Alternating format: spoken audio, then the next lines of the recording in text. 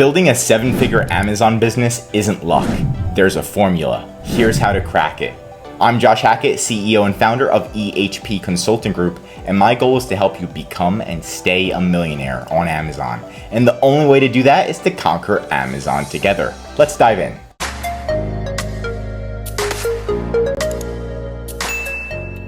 So I've got this awesome step-by-step guide on how to start a seven-figure business on Amazon. And what we're doing is we're going through our clients, what I've seen firsthand, how I manage them and make them successful and find products that are seven-figure sellers.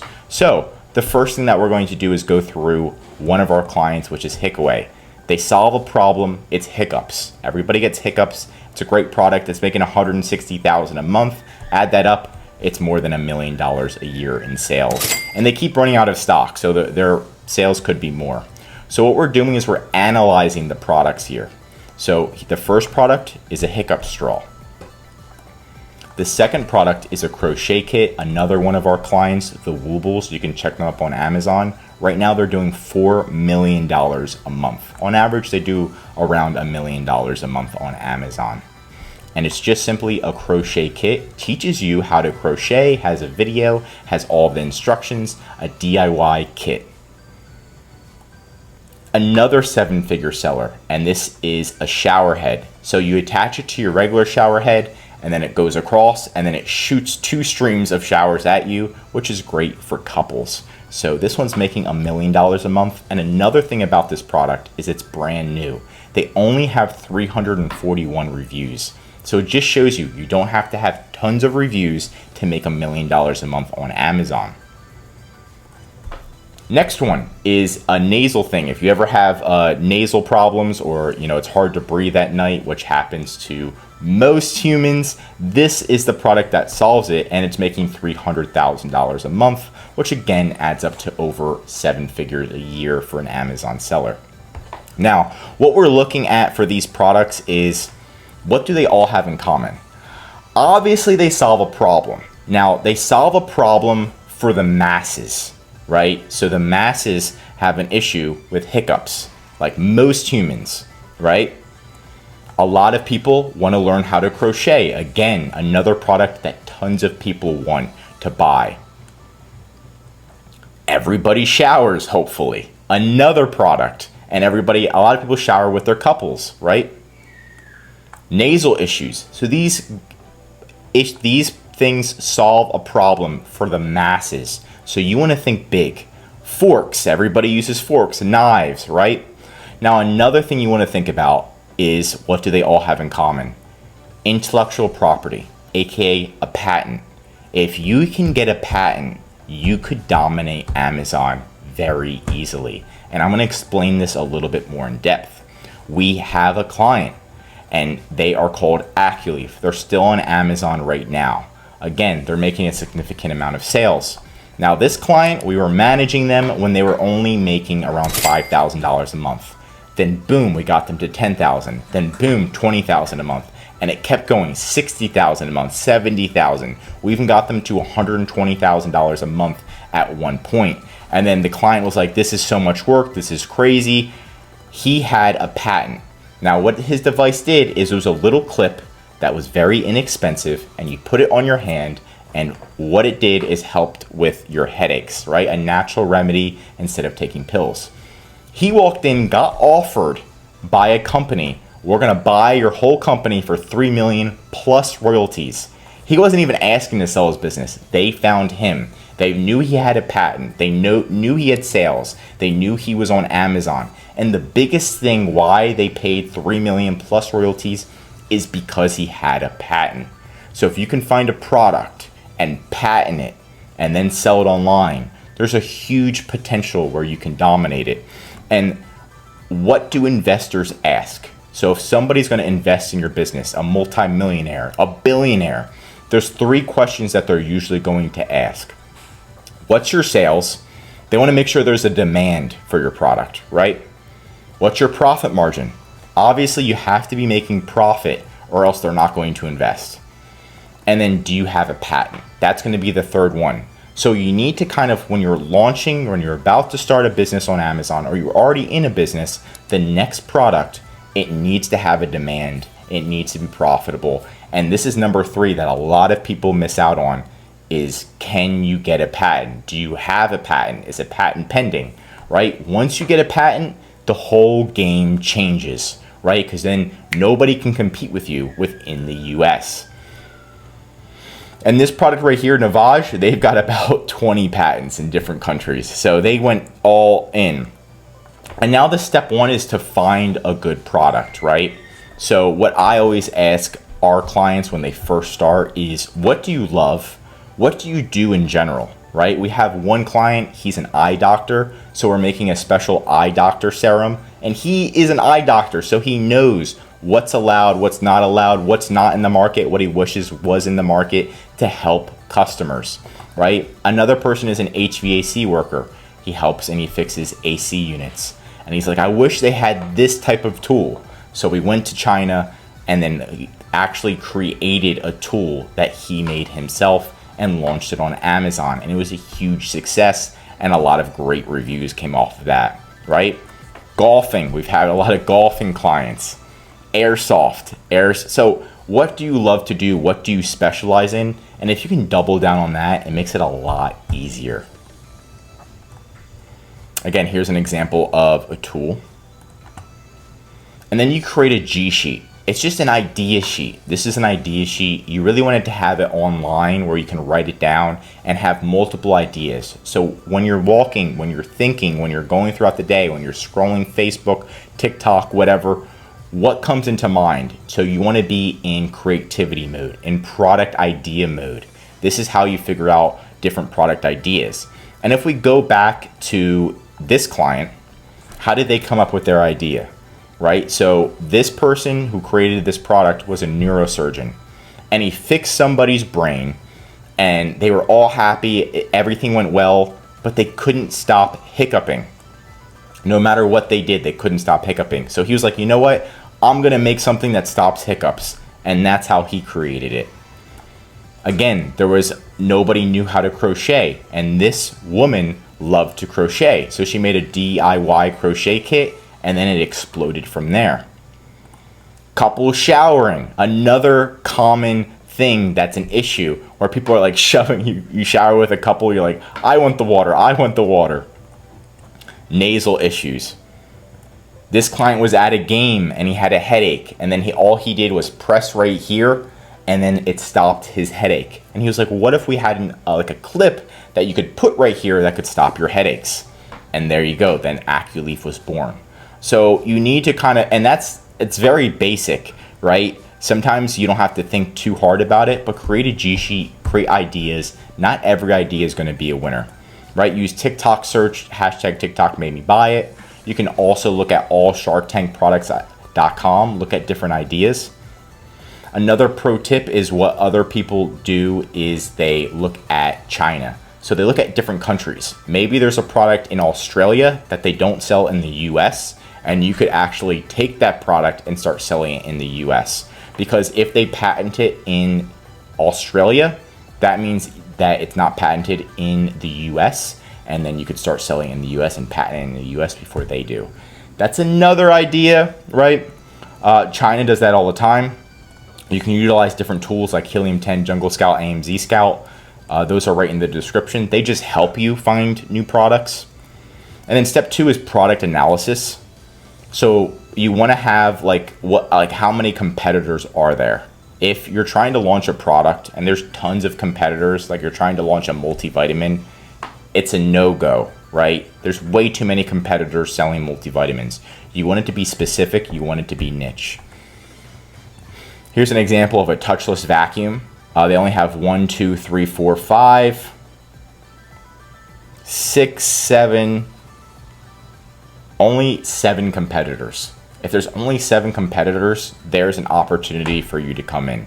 I would say less than 10 is really good. Anything more than there, you want to just triple check. Also creating a checklist. So again, you don't want to be emotional and not know what you're doing. You want to have some type of formula, some type of checklist, right? And here's the checklist that we made. Does the product have more than 10 competitors? Does the product have a 25% profit margin or higher? Is there a barrier to entry? If there is a barrier to entry, can you get around it? Now, a barrier to entry is actually a good thing because then it's harder for competitors to come in. And if you can get around the barrier to entry, maybe with a little bit of work, that's a win. For example, maybe if you're selling eye drops, most likely Amazon's going to have special policies and it's going to be hard to verify and let Amazon let you sell these eye drops. That's a barrier to entry. Is it a seasonal product? If you're selling water guns, it's going to be mainly for the summer. Is it a long-term product? Fidget spinners were short-term.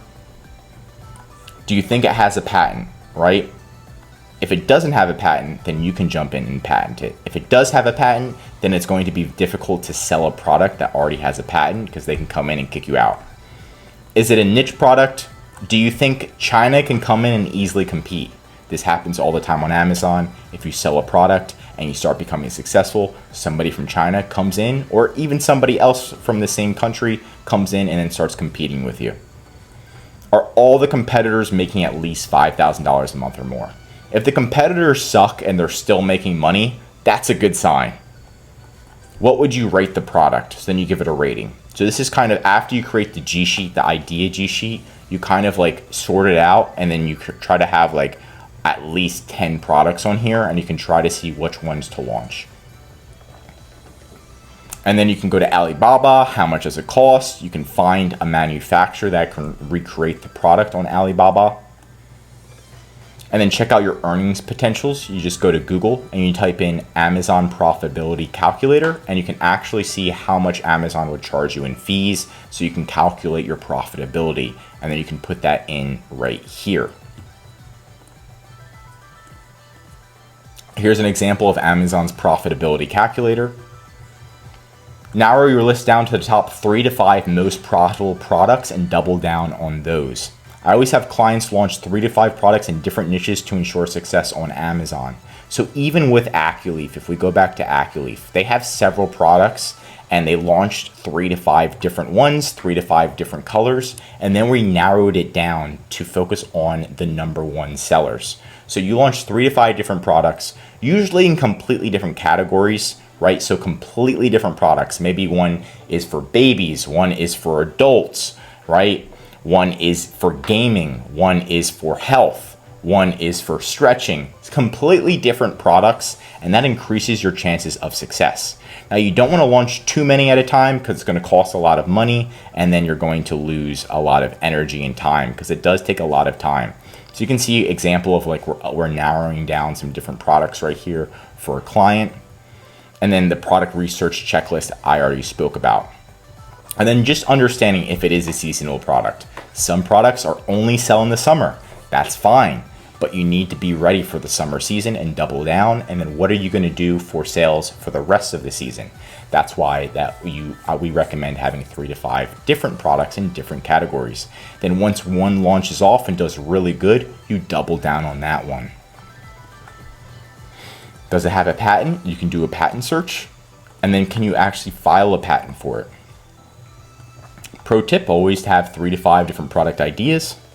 You can always launch a product. Once it's successful, change something about it and patent it. So a lot of our clients do this now. So they launch a product and then once it starts to become successful, we make a 2.0 version. And the 2.0 version is patentable because pretty much you can't sell it yet before you patent it. So this is an idea to patent it. Now, before you start and you launch a product, you want to do a test buy. You want to buy your manufacturer's samples from your manufacturer, and you want to buy the #1 competitor. So let's say I'm launching a touchless vacuum.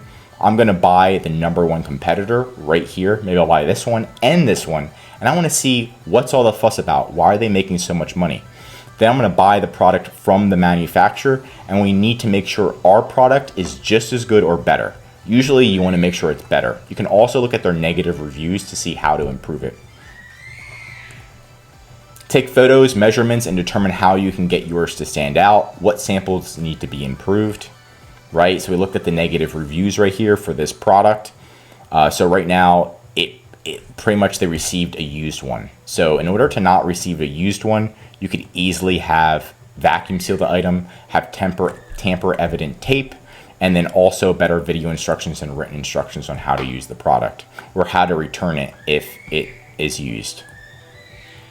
Don't forget about the positive reviews. So the positive reviews, people are very nice. Sometimes in the positive reviews, they're just like, okay, by the way, here's some cons about it. That way you can understand, right? So the toddler presses buttons on this vacuum. You could have a button that makes sure that the buttons don't work. So like a child lock.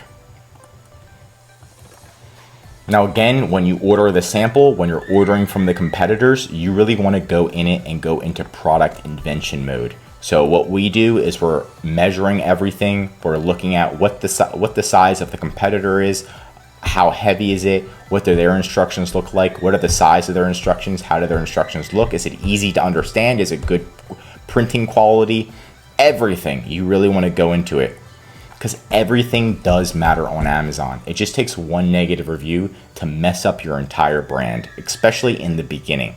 Long term, not really, but in the beginning, you really want to make sure you hit it off and you hit it off right. Create an updated list of what you need your product to succeed. So if you're looking at this product and you're competing against them or making something better or something different, right, you still want to look at the category and see, okay, what is your product going to do that theirs isn't, right? You can probably see a lot of, this one has like a special hose, so it doesn't have to 100% be touchless, which is pretty cool. This one has an air purifier in it, right? So they're already making different options. So sometimes what I do as well is we buy this product right here. We buy the #1 competitor and we actually ship it to the manufacturer. If the manufacturer's in China, you actually ship it to the manufacturer in China so their engineers can look at it and understand how to recreate this product and make it better. That way they don't mess up. They can't be like, oh, I didn't know you wanted it to be just as good as theirs. They can test everything, right? And then you want to create a list. So again, example is Navage. If we were creating our own nasal device, right? Theirs doesn't come with saline packets. We would have, ours comes with saline packets. They don't have video instructions. Ours would come with video instructions. They don't have like a low level, medium level, high level. So you pretty much just create a list on how yours is going to be better. And you can file a patent before you actually launch, file a trademark. You're going to need a trademark and then create your listing on Amazon. Create real UPC codes. So go to gs1.org and you're going to need a UPC code. And then you're going to create a launch strategy. So before you actually get on Amazon, you're going to want to have a solid launch strategy. Again, a formula for this. So we're going to go over search engine optimization, aka SEO. You want to have the best SEO and you want it to be all optimized. We even have special cheat sheets for Amazon to make sure that your letter count and everything is on point. #2 is pricing. When you first launch on Amazon, you want to have a good price. You want it to be lower than the competitors because then the first people who buy it are going to leave positive reviews. What we've noticed is that if you have your price close to the top competition, then people are more likely to leave negative reviews. If your price is significantly lower, then pretty much everybody's going to leave it at least a 4-star or higher and be like, even though it has this issue, it's such a good price. Compared to the competitors, 5-star. And that happens a lot. So when you first launch, definitely have a lower price, even 50% lower to begin. And that's going to bring in tons of reviews, push you to page #1 and go from there. The main imagery, your first image really needs to stand out. So if we can look at the competition, how can your first image stand out and make it better than theirs? Right, this air purifier, this first image sucks in my opinion. So how can you make your first image stand out even more? A video, you need to make sure you have a video on your listing. A+ content, brand story. Amazon Vine, that's where you enroll your product to get 30 reviews in return. You can also get reviews if it's absolutely necessary and no matter what, you're not getting any reviews. and then inventory as well. So you need to make sure you're Amazon FBA. Of course, Amazon ads is essential for most products, at least initially. A lot of the times we run Amazon ads and then the product starts to do so well, we can turn off Amazon ads long term. But initially, most likely you're going to need Amazon ads. And here's some examples of the campaigns you can create. And that's pretty much it for the checklist and getting started on creating your first 7-figure product. And that's it for today's video. Leave a comment below on how you recently conquered Amazon. If you learned something new, drop a like. If you're an Amazon seller, I highly recommend that you subscribe to our channel because we're giving away great content that's going to help you in your Amazon journey. And of course, if you need help with launching a product, finding a product, contacting a manufacturer, we specialize in it all. Contact ehpconsultinggroup.com. There's a link right in our description. And our #1 service is our full Amazon A to Z account management service. We'll help you find your product, launch your product, and then even manage your entire account to make sure that your listing sales increase and never decrease. Contact ehpconsultinggroup.com for more. I'm Josh Hackett, and I'm signing out.